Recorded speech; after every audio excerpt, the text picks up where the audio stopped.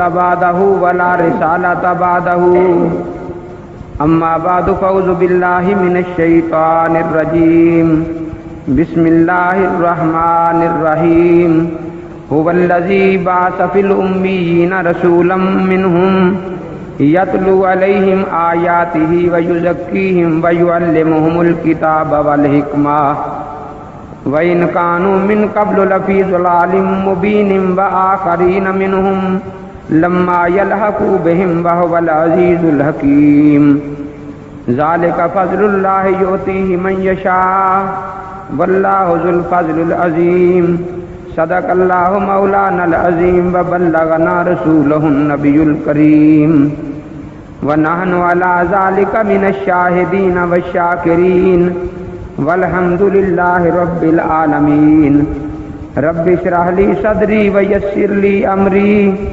واحلل عقدة من لساني يفقهوا قولي رب زدني علما وارزقني فهما سبحانك لا علم لنا إلا ما علمتنا إنك أنت العليم الحكيم اللهم صل على سيدنا ومولانا محمد وعلى آل سيدنا ومولانا محمد وبارک وسلم وصلی علیہ۔ دوستو بزرگو، میں مختصر سے وقت میں آپ کے سامنے اہل سنت والجماعت حنفی کا معنی عرض کروں گا۔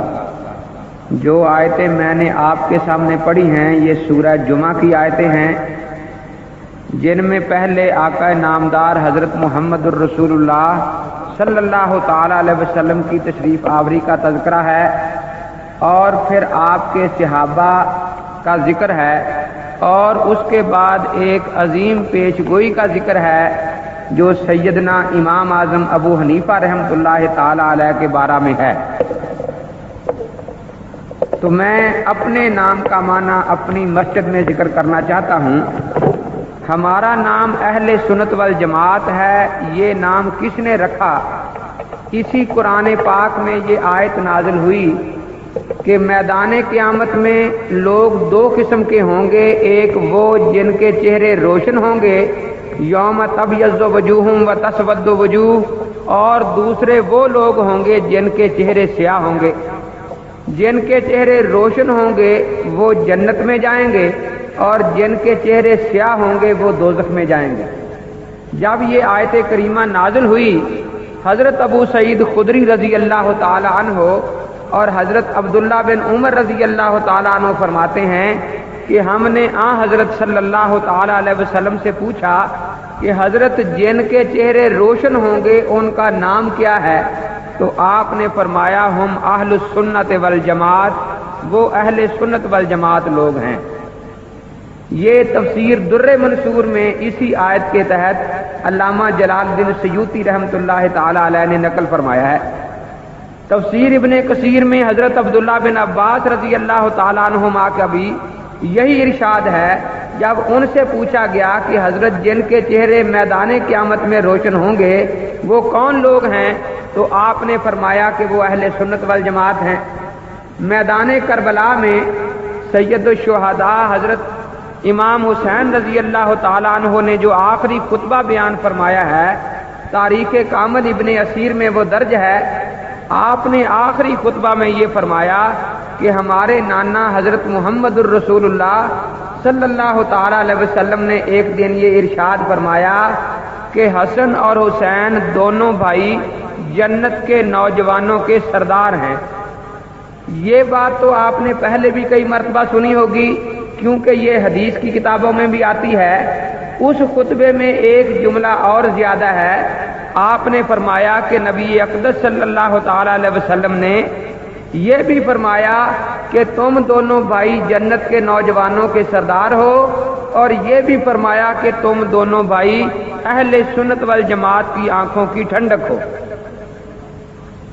ان روایات سے یہ معلوم ہوا کہ اہل سنت والجماعت اللہ کے نبی حضرت محمد الرسول اللہ صلی اللہ تعالی علیہ وسلم کا رکھا ہوا نام ہے۔ یہی نام صحابہ میں جاری ہوا اور یہی نام اہل بیت میں جاری ہوا۔ صحابہ اور اہل بیت اسی مسلک پر تھے۔ انہوں نے اپنے اہل سنت والجماعت ہونے کا ہی اعلان فرمایا۔ دیکھیے میں بعض جگہ جاتا ہوں تو بعض دوست بڑے خوش ہو کر یہ کہتے ہیں کہ مولوی صاحب ہمارے اس بچے کا نام حضرت لاہوری رحمۃ اللہ علیہ نے رکھا تھا۔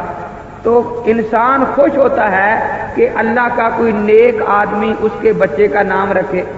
کوئی کہتا ہے کہ میرے بچے کا نام حضرت مدنی رحمۃ اللہ علیہ نے رکھا تھا۔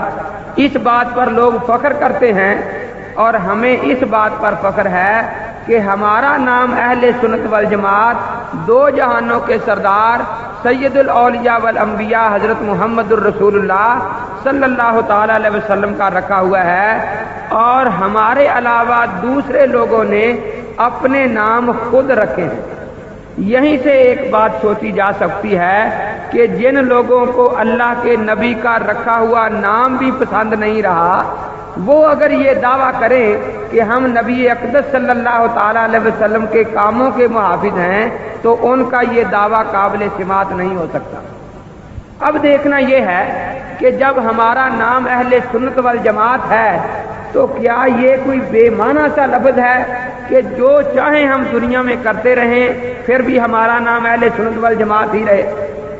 پنڈت نہرو یہ لکھتا ہے کہ میں خدا کو بھی نہیں مانتا، لیکن یہ ہندو مذہب ایسا ہے کہ پھر بھی میری جان نہیں چھوڑتا، لوگ مجھے ہندو ہی کہتے ہیں۔ تو جس طرح پنڈت نہرو یہ کہتا ہے کہ میں یہ سمجھتا ہوں کہ ہندو بے معنی سا لفظ ہے جس پر چاہے چشمہ کر دیا جائے، کیا معاذ اللہ اسلام اور اہل سنت والجماعت یہ بھی کوئی بے معنی لفظ ہے کہ ہم جو چاہیں کرتے رہیں ہم پھر بھی اہل سنت والجماعت ہی رہیں، یا اس کا کوئی معنی اور مطلب بھی ہے؟ تو ہمیں اپنے نام کا معنی اور مطلب سمجھنا چاہیے۔ ہمارے نام میں پہلا لفظ سنت آتا ہے۔ ہاں حضرت صلی اللہ تعالی علیہ وسلم نے اس کی بڑی تاکیدیں فرمائی، فرمایا علیکم بسنتی، میری سنت کو لازم پکڑنا، اور فرمایا من احب سنتی فقد احبنی، جس نے میری سنت سے پیار کیا اس نے میرے ساتھ محبت کی، اور جو میرے ساتھ محبت کرے گا وہ قیامت میں جنت میں اللہ تعالیٰ اسے میرے ساتھ جنت میں بھیجے گا۔ اور فرمایا کہ جو شخص سنت کی پابندی کرے گا، جب لوگ اپنی من مرضی کرنا شروع کر دیں گے اس کو اللہ تبارک و تعالیٰ 100 شہید کا ثواب عطا فرمائیں گے۔ اور پھر آپ نے یہ فرمایا من راغب عن سنتی فلیس منی، جس نے میری سنت سے منہ موڑ لیا وہ میری امت میں سے نہیں۔ اور آپ نے یہ بھی فرمایا کہ جو میری سنت سے ہٹ گیا وہ خدا کی رحمت سے دور چلا گیا۔ اب دیکھنا یہ ہے کہ جس سنت کے بارے میں آپ نے اتنی تاکیدیں فرمائی ہیں وہ ہے کیا چیز، اس کا معنی اور مطلب کیا ہے؟ تو میں اس کا معنی عرض کرتا ہوں۔ ہم چونکہ اہل سنت والجماعت ہیں، ہمیں کم از کم پہلے اپنے نام کا معنی اور مطلب سمجھ لینا چاہیے۔ یہ قرآن پاک خدا کی آخری کتاب ہے اور کامل کتاب ہے، ذالک الکتاب لا ریب فیہ، جس میں کسی شک و شبہ کی گنجائش نہیں، اور یہی ہمارے لیے مکمل ضابطہ حیات ہے، یہی ہمارے لیے ذریعہ نجات ہے۔ لیکن قرآن پاک پر عمل کرنے کے لیے پہلے یہ ضروری ہے کہ اس کا صحیح مطلب ہمیں آ جائے۔ آخر ایک جملے کا مطلب کوئی کچھ سمجھ سکتا ہے، دوسرا کچھ سمجھ سکتا ہے۔ مثال کے طور پر مجھے ایک حکیم صاحب لکھ کر دیتے ہیں کہ خمیرہ گاؤ زبان کھا لینا۔ اب میں خمیرہ گاؤ زبان کا نام تو سنتا ہوں، جانتا نہیں۔ مجھے کوئی آدمی چیز دے دے اور کہے کہ یہ خمیرہ گاؤ زبان ہے تو میں دھوکے میں آ سکتا ہوں، لیکن اگر حکیم صاحب خمیرہ گاؤ زبان کا نسخہ بھی لکھ دیں اور خود ہی مجھے خمیرہ بھی دے دیں تو پھر مجھے کوئی دھوکہ نہیں دے سکتا۔ اللہ تبارک و تعالیٰ نے اپنے پیغمبر حضرت محمد الرسول اللہ صلی اللہ تعالی علیہ وسلم کو یہ قرآن پاک دے کر بھیجا اور فرمایا کہ اس قرآن پر عمل کر کے بھی دکھا دینا، تاکہ پتہ چل جائے کہ اس قرآن کا معنی اور مطلب کیا ہے اور اس پر عمل کرنے کا طریقہ کیا ہے۔ تو یہ قرآن الفاظ ہیں، دین اسلام کا علم ہے، اور حضرت محمد الرسول اللہ صلی اللہ تعالی علیہ وسلم کی مبارک زندگی اس قرآن پاک کی عملی تفسیر تھی۔ ہمارا اہل سنت والجماعت کا یہ عقیدہ ہے کہ یہ لفظی قرآن ہے اور نبی اقدس صلی اللہ تعالی علیہ وسلم اسی قرآن پاک کی چلتی پھرتی تفسیر تھے۔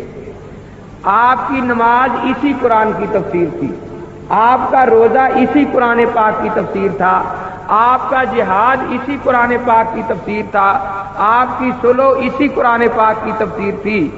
تو آپ نے قرآن پاک پر جو عمل کر کے دکھایا ہے اس نمونہ عمل کا نام ہے سنت۔ کیا نام ہے اس کا؟ سنت۔ تو اہل سنت کا معنی سمجھ میں آ گیا، قرآن پر عمل کرنے والے۔ کس بات پر عمل کرنے والے؟ اپنی سوچ سے یا حضرت محمد الرسول اللہ صلی اللہ علیہ وسلم کے طریقہ عمل کو سامنے رکھ کر۔